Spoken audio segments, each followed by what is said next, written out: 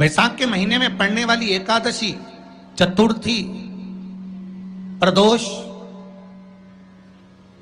अमावस्या, पूर्णिमा, शिवरात्रि, ये सभी इतनी महत्वपूर्ण क्यों हो जाती है?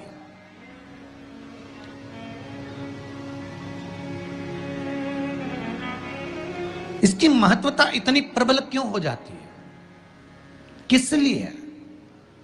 क्योंकि बैसाख का जो महीना पड़ता है, सूर्य की संपूर्ण तपन, सूर्य देव अपने पूर्ण तेज के साथ में, पूर्ण तेज के साथ में मृत्यु लोक के निवासियों पर, चाहे जलचर हो, थलचर हो, वायुचर हो, चाहे जो जीव हैं, उस पर जब किरण फेंकते हैं तो संसार का जो मनुष्य है उस पर जब ताप पड़ता है तो ताप पड़ने के कारण उसके मुख से भगवान का नाम निकल ही जाता है, स्मरण नाम निकल ही जाता है। जब उसके मुख से भगवान का नाम निकलता है तो वो भगवान की शरणागति खुद ग्रहण कर लेता है स्वयं।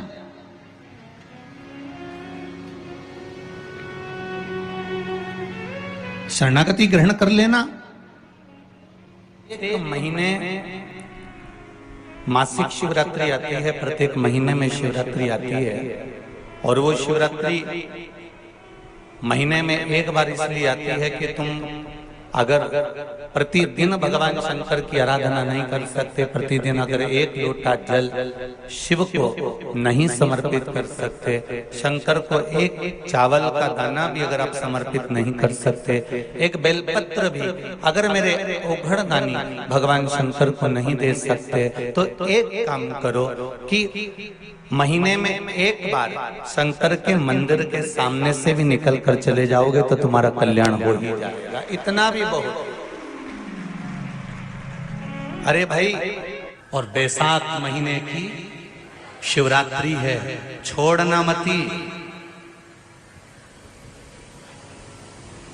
लाइन लगाना पड़े मंदिरों में, लगाओ।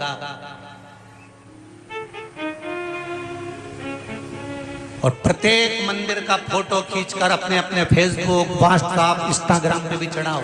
क्यों? ये हमारा सनातन धर्म का भाई आज भगवान शिव के मंदिर में खड़ा है, शंकर की आराधना कर रहा है, शिव तत्व को जाना है। अभी तक शंकर तत्व को, शिव तत्व को, ये शिव जी को तो लोगों ने छुपा दिया था। क्यों? क्योंकि अगर शंकर जी का भजन करेंगे, पानी चढ़ाएंगे, बेलपत्र चढ़ाएंगे, बेलपत्र का महत्व कौन जानता था?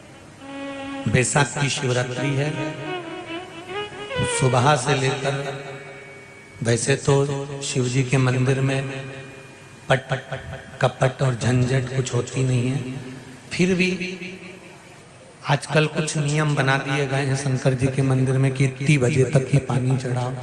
तो जैसा ब्राह्मणों ने नियम बना दिया वैसा कर लो, कोई दिक्कत नहीं। वैसे शंकर जी के पास जाने के लिए कोई समय नहीं है। माँ बाप के पास जाने का कोई समय होता है कि बच्चा मैं तो इतनी बजे, माँ कहे कि मैं तो 9 बजे गोदी में लूंगी, इसके बाद लूंगी नहीं। माता और पिता की गोद में बच्चा कभी भी जा सकता है। शंकर जी के मंदिर में आप कभी भी जा सकते हो, शिव के पास अपने दिल की बात कहने के लिए शंकर के मंदिर में कभी भी। अब थोड़े से नियम बन गए हैं, जब से ये शिव महापुराण की कथा से लोग जागे हैं तब से लोगों ने कह दिया हम तो इतनी बजे तक ही पानी चढ़ा देंगे, कब तक आते रहेंगे, भीड़ बढ़ रही है। सारे ब्राह्मण जन को सबसे ज्यादा खुशी होना चाहिए कि सनातनी जाग रहा है और शंकर मंदिर तक आ रहा है। उसको प्रसन्नता होना चाहिए कि शंकर जी के मंदिर के दरवाजे और देर तक खोल के रखो, आओ और शंकर के दरवाजे आओ। प्रसन्न चित्त होना चाहिए। शिवरात्रि पड़ती है, बैसाख शिवरात्रि, उस दिन अगर शंकर के मंदिर बहुत दूर है या शंकर का मंदिर तुम नहीं जा सकते तो पीपल का वृक्ष, बट वृक्ष या आंवले का वृक्ष या बेलपत्री का वृक्ष, इस वृक्ष के नीचे शिव जी का स्मरण करकर, बेलपत्री के पेड़ के नीचे बेलकेश्वर महादेव, पीपल के वृक्ष के नीचे पिपलेश्वर महादेव, बट के पेड़ के नीचे बटकेश्वर महादेव, आंवले के वृक्ष के नीचे अक्षेश्वर महादेव का नाम लेकर भी अगर तुम जल चढ़ाओगी तो शंकर भगवान स्वीकार कर लेगा।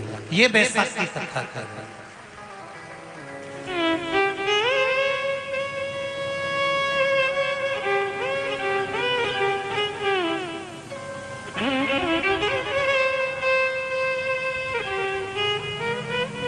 मान लो अगर मंदिर नहीं जा पा रहे, कई लोग हैं हमारे शहर, हमारी सिटी में, हमारी कॉलोनी में, हमारी सोसाइटी में मंदिर नहीं है, हम इतनी दूर कैसे जाएंगे, हमारी कॉलोनी से हम कहाँ जाएं, हमारे पाँवों से नहीं बनता, शरीर से नहीं चला जाता, तो क्या करें? तो आप शंकर जी का ध्यान कर कर किसी भी पीपल, आंवला, बड़ या बेल पत्र के पेड़ के नीचे भी अगर जल चढ़ाएंगे शिव स्वीकार कर लेगा, शंकर उसको पाएगा, ये पक्का है। शिव का स्मरण करकर चल, पर बिना जल के नहीं रहना। बैसाख का महीना चल रहा है, शंकर के शिवालय में जाओ। शिव के शिवालय में 3 स्थानों का स्पर्श अवश्य। जब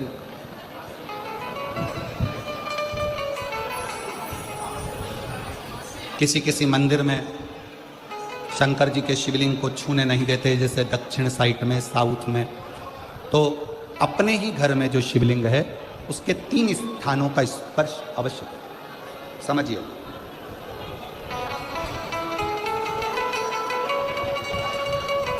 पहला, शंकर भगवान के जहाँ से जल बहता है उस स्थान में, ये जलाधारी है, जल बहता है, ये शिवलिंग है, यहाँ से जो पानी नीचे की ओर जाता है उस स्थान का स्पर्श अवश्य करें। दूसरा, शिवलिंग का जो गोल भाग है उस गोल भाग में कहीं पर भी अपनी हथेली का स्पर्श अवश्य करें। तीसरा, शंकर भगवान के शिवलिंग का जो ऊपर का भाग है वहाँ अपने अस्त्र का स्पर्श अवश्य करें। तीनों स्थान पर ब्रह्मा, विष्णु और महेश का स्मरण करते हुए जब बैसाख महीने में आप शंकर भगवान को जल समर्पित करें। शिव जी को जब बैसाख के महीने में जल दिया जाए तो दोनों हाथ से अंजलि में कलश रखकर शंकर भगवान की अपने हाथ की अंजलि में जल रखकर शिव जी को जल अवश्य समर्पित करें। शिवरात्रि के बैसाख महीने की शिवरात्रि पड़े, बैसाख महीने की प्रदोष पड़े तो एक बेलपत्र शंकर को अवश्य समर्पित करें। मान लो गर्मी बहुत तेज है, पेड़ों पर बेलपत्र नहीं मिले तो एक दुर्वा शिव को अवश्य समर्पित करें। मान लो बहुत तेज गर्मी पड़ने पर, यहाँ रतनगढ़ में तो हम देख रहे हैं रजी रज, धूली धूल इतनी है, मिट्टी इतनी है कि यहाँ तो दुर्वा मिलना भी बड़ा मुश्किल है, तो एक चावल का दाना शिव को जरूर समर्पित करो। उतने और बैसाख महीने में सबसे ज्यादा जरूरी है, जो सबसे ज्यादा जरूरी है बैसाख महीने में, वो जलाशय अर्थात अपने घर के नज़दीक में कोई पानी का स्थान हो, जलाशय हो, वहाँ का जल शिव को समर्पित करना, या शिव के नंदी के पास में। और हम तो कहेंगे शंकर का नंदी केवल मंदिर में मत देखो, आपके घर के आसपास में हमारे मारवाड़ की पहले की रीति रही है। राजस्थान में बहुत सालों पहले, जब लगभग 19 से 20 साल पहले हम फलोदी में आए थे, 20 साल पहले, और 20 साल पहले जब हम फलोदी में आए थे राजस्थान में, तो हमने उस फलोदी राजस्थान में देखा था कि प्रत्येक घर के बाहर पत्थर का एक छोटा सा कुंडा जैसा होता। 2 चीजें हमने फलोदी राजस्थान में प्रत्येक घर के बाहर 20 साल पहले देखी थी। एक इतना बड़ा कुंडा पत्थर का जिसमें लोग भोजन रख देते हैं, और एक बड़ा सारा कुंडा जिसमें लोग पानी भर देते हैं, जिससे चिड़िया, पशु, पक्षी, गौ माता सब उस पानी को पीती रहे और आपका और हमारा कल्याण होता रहे। इस भाव से प्रयास करो, शिव जी को तो जल समर्पित करो।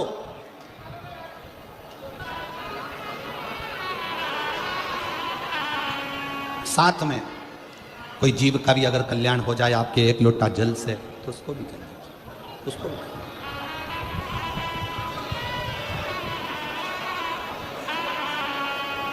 शंकर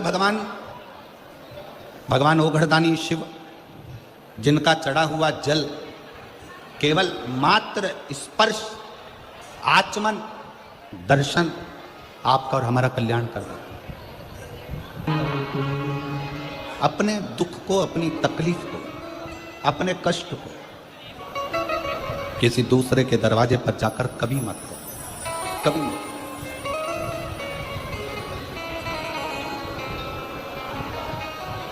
अपने दुख को, अपनी तकलीफ को शिव जी के मंदिर में जब एक लोटा जल चढ़ाने के लिए जाओ, जब शिवालय में एक लोटा जल लेकर जाओ, जल चढ़ाते समय पंचाक्षर षडाक्षर मंत्र का जाप, श्री शिवाय नमस्तुभ्यम का जाप करो। और जब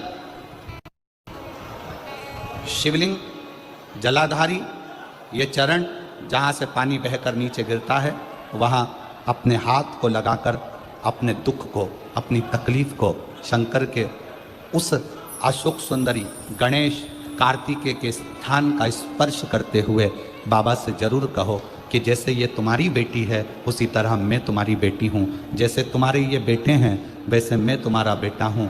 इनके दुख को आपने मिटाया था, मुझे भी अपनी बेटी मानकर मेरे दुख को मिटा दीजिए, मेरे दुख को समाप्त कर।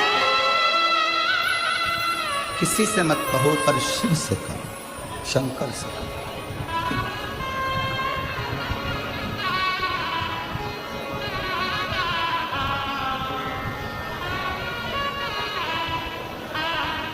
जब आप चरण पकड़कर अशोक सुंदरी की जगह पर अपने हाथ का स्पर्श कर कर, गणेश कार्तिकेय के स्थान का स्पर्श कर कर शिव से कहोगे, तो शंकर अपनी औलाद आपको बनाएंगे और अपनी पुत्री समझकर आपका दुख जरूर मिटाएंगे। पुत्र से श्री शिवाय नमस्तुभ्यम ज़्यादा नहीं तो 11 बार तो निकाल लिया करो। ये शरीर, ये हृदय, ये चित्त, ये वृत्ति परमात्मा के चरणों में क्या की जाए।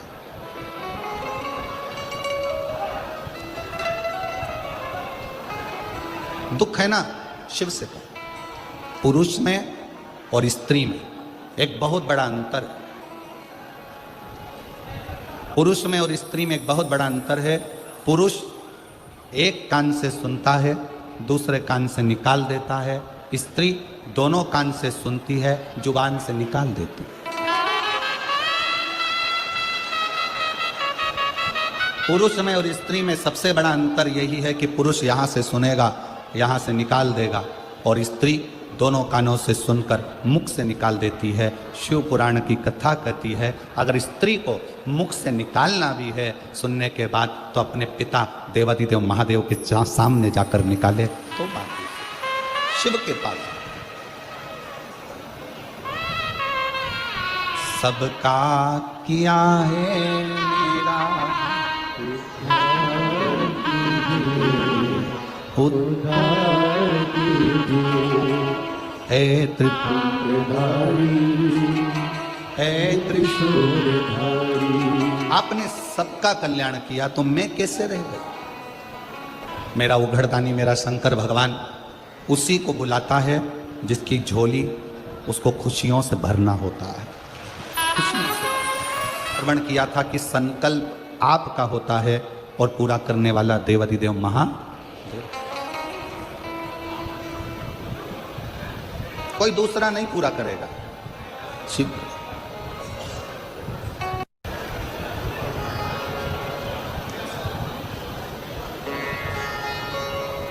कि भगवान को पाने के लिए अगर तुम अपने दिल से एक बार अगर मुख से कह दोगे कि हे प्रभु मैं तुम्हारा हूं और तुम मेरे हो, बस ये बात अगर दिल से कह दी तो परमात्मा भी तुम्हारा हो जाता है और तुम परमात्मा के हो जाते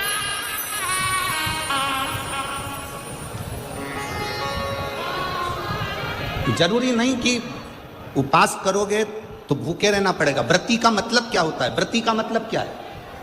एक सिंहपुर प्रदेश में एक व्रती ब्राह्मण रहता था। व्रती ब्राह्मण का मतलब यह है कि वो कुछ खाए पीने से या उपास रखने से, साबूदाना खाने से, मोरधन खाने से, चिप्स खाने से, वेपर्स खाने से, पपीता खाने से, सेवफल या केला खाने से व्रत नहीं होता। व्रत का मतलब है कि तुमने एक नियम बना लिया कि मैं रोज अपने घर से 1 लोटा जल लेकर शंकर के मंदिर जाऊंगी, या आपने कोई नियम बना लिया कि मैं 15 मिनट शंकर का भजन करूंगी, या नियम बना लिया राम नाम, कृष्ण नाम, शिव नाम जपूंगी, ये तुम्हारा व्रत हो गया,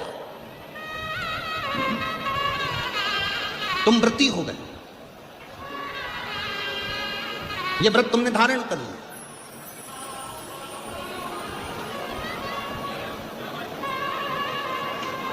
कई माताओं ने नियम बनाया, रतनगढ़ की ही रहने वाली माताएं, कई माताएं रतनगढ़ की ही रहने वाली पंडाल में रह रही है, कई माताएं रतनगढ़ की। उसने नियम लिया कि मुझे 7 दिन कथा सुनना है।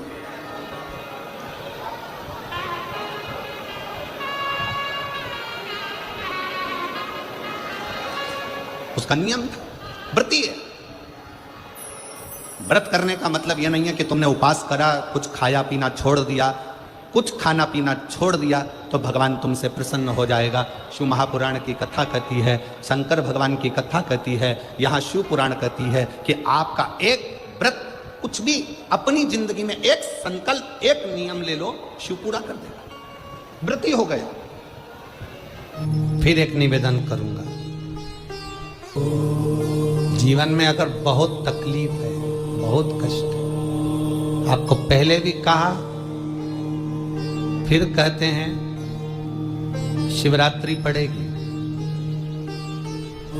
ये शिवरात्रि निवेदन करूंगा, अगर जिंदगी में थोड़ी सी तकलीफ है, दुख है, कष्ट है, परेशानी है, तो उस शिवरात्रि को हाथ से मत जाने।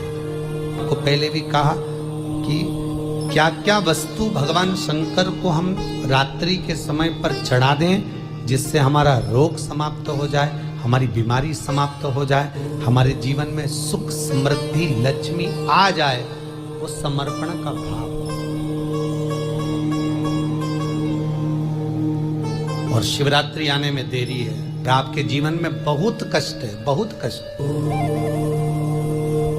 महाराज 5 कमलगट्टे, 5 बेलपत्र तांबे के लोटे में जल भरकर रख लीजिए।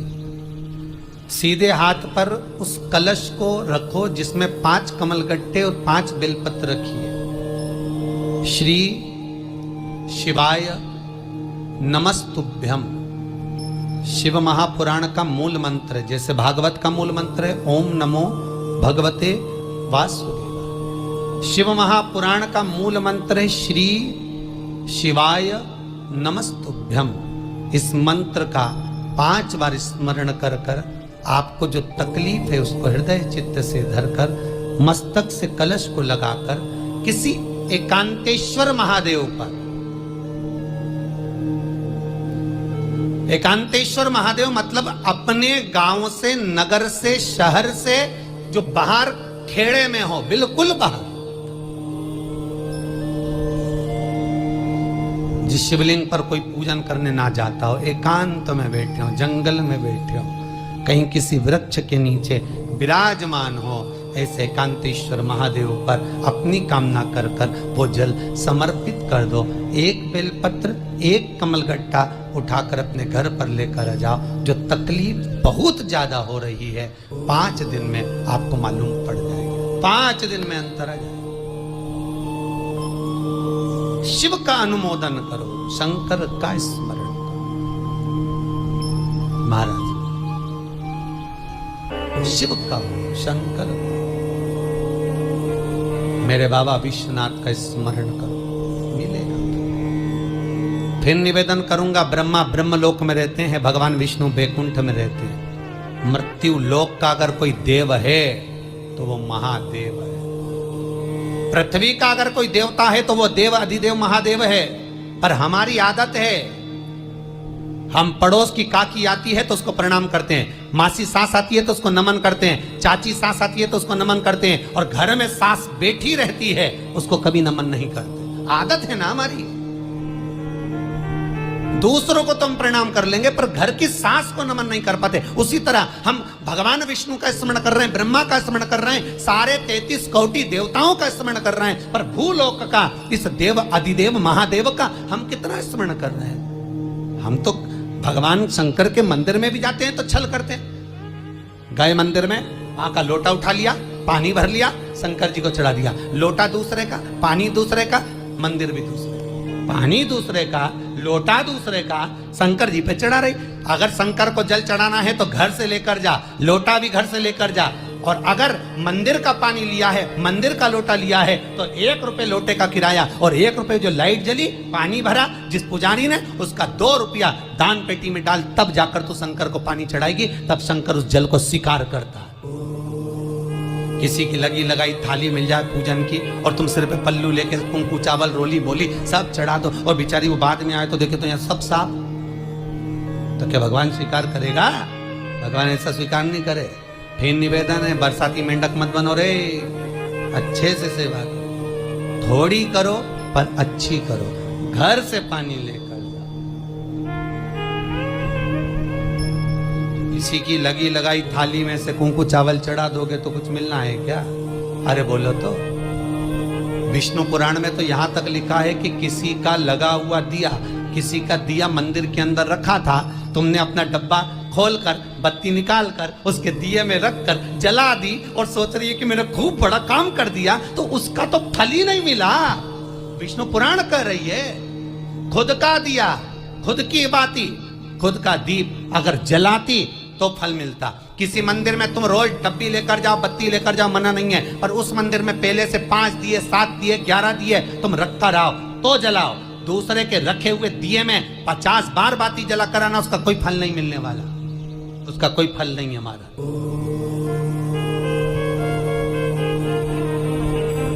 खुद का जल लेकर जाओगे, खुद का लोटा लेकर जाओगे तो फल। यहाँ तो स्वयं भागवत कह रही है, राजा बलि के सामने वामन भगवान कहते हैं, राजन तेरे कमंडल को लेकर आ, उससे संकल्प छोड़, अगर मेरे जल का संकल्प छोड़ेगा तो उसका कोई फल नहीं मिलने वाला। और अगर कोई यहाँ आता भी है तो साथ में पानी की बोतल लाओ, चावल लाओ, पूजा की थाली लाओ, फिर बैठो। अपना संकल्प अपना होना चाहिए, उसका फल हजारों गुना प्राप्त होता है। दूसरे का जल, दूसरे का चावल स्वीकार कर लिया, उससे फल की कामना नहीं है। कभी एक विचार